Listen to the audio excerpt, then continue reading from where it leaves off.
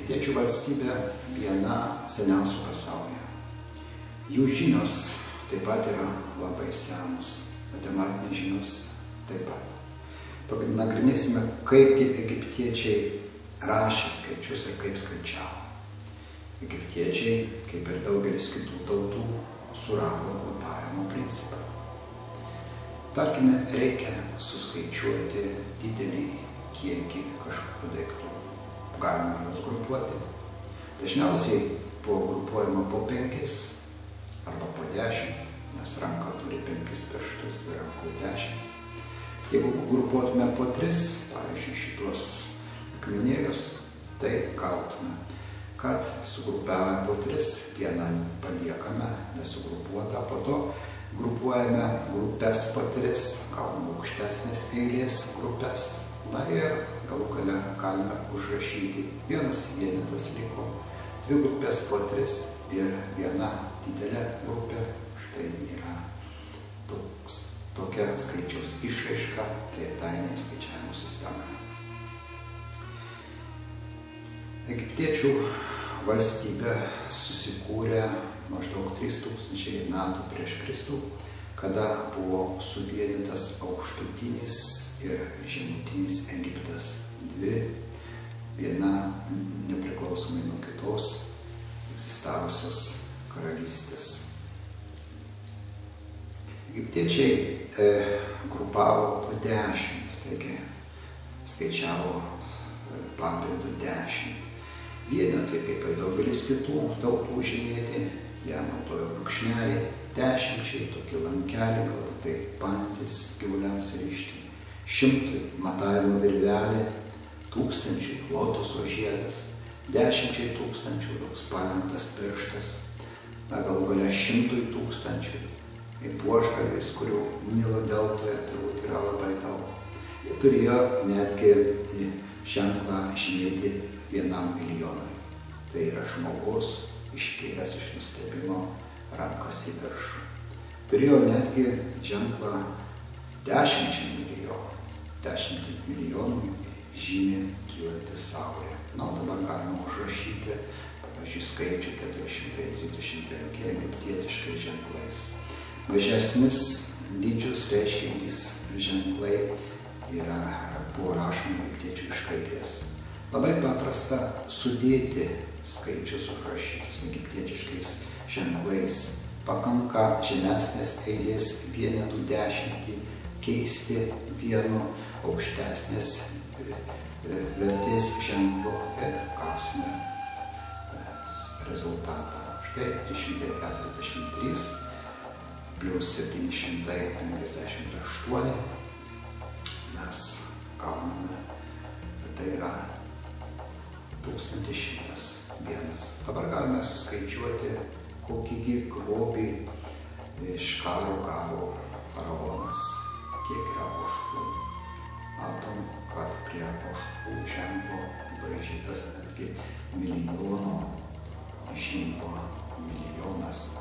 Po to skaičiuojame, kiek yra tų buožgalvių, tai bus 100 000 ir taip toliau. Jaučių 400 000, na ir belaisvių net 120 000. Na, ko gero, šitie skaičiai buvo gerokai ir perdėti. Matėme, kad sudėti skaičius užrašytus egiptietiškais ženklais yra nesudėtinga.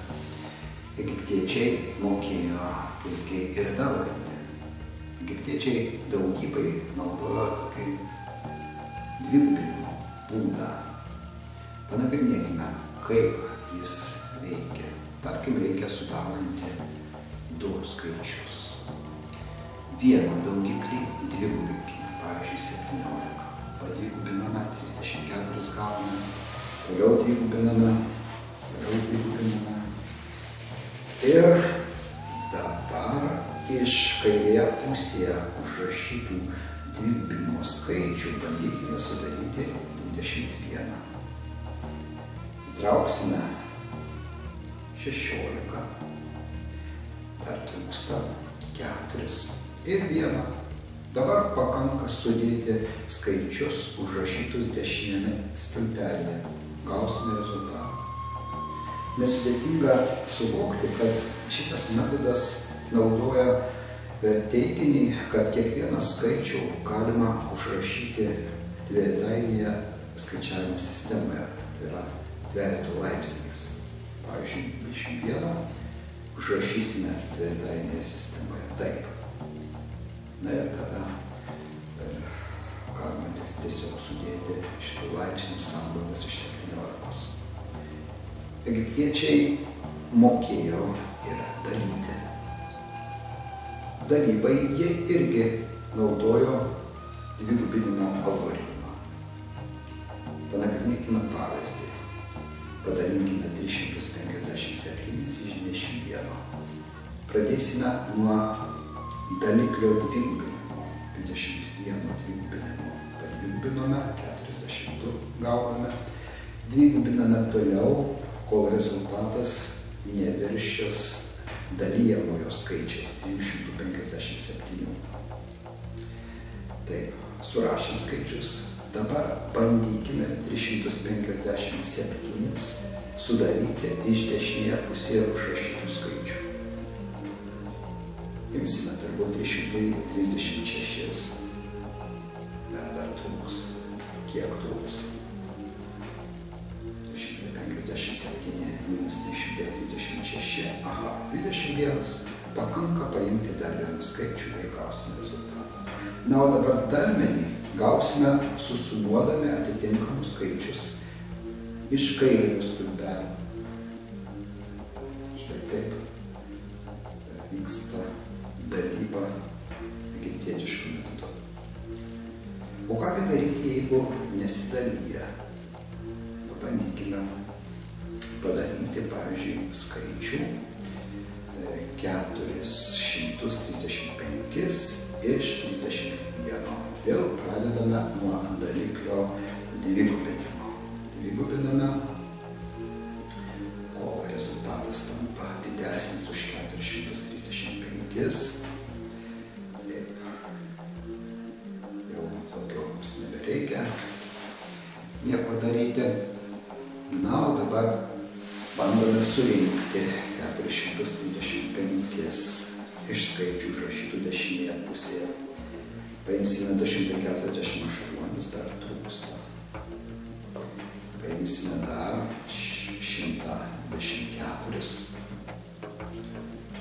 ir dar trūksta. Paimsime 62, aha, ir dar trūksta. O šito objekto mes jau nebegalime paimti, nes jau nėra dešiniajame stulpelyje. Taip, dabar jeigu mes susumuosime atitinkamus skaičius kairėje pusėje, tai mes gausime dalybos rezultatą suliekamą, gausime dalmenį, o tas skirtumas, kurio negalėjome jau sudaryti, tai yra dalybos liekana. Štai taip. Kartais egiptiečiai užrašydavo dalmenį panaudodami ir trupmenas. Panagrinėkime paprastą pavyzdį. Egiptiečiai skaičiavo žymiai su sudėtingesniais skaičiais. Tarkime, reikia padaryti 348 iš 24. Na ir dvigubinkime daliklį ir bandykime surinkti dalijamąjį skaičių. Bandome surinkti, trauksime 192, taip, dar mums trūksta, trauksim 96 ir dar trūksta ir 48 ir dar trūksta 12 ir tos 12 nėra iš ko paimti, tai tada pabandykime 24 padalinti pusiau. Bus kaip tik tas trūkstamas 12 skaičių. Taigi rezultatą dabar galime užrašyti taip. 2 ir 4 ir 8 ir dar pusė. Apskritai, egiptiečių trupmenos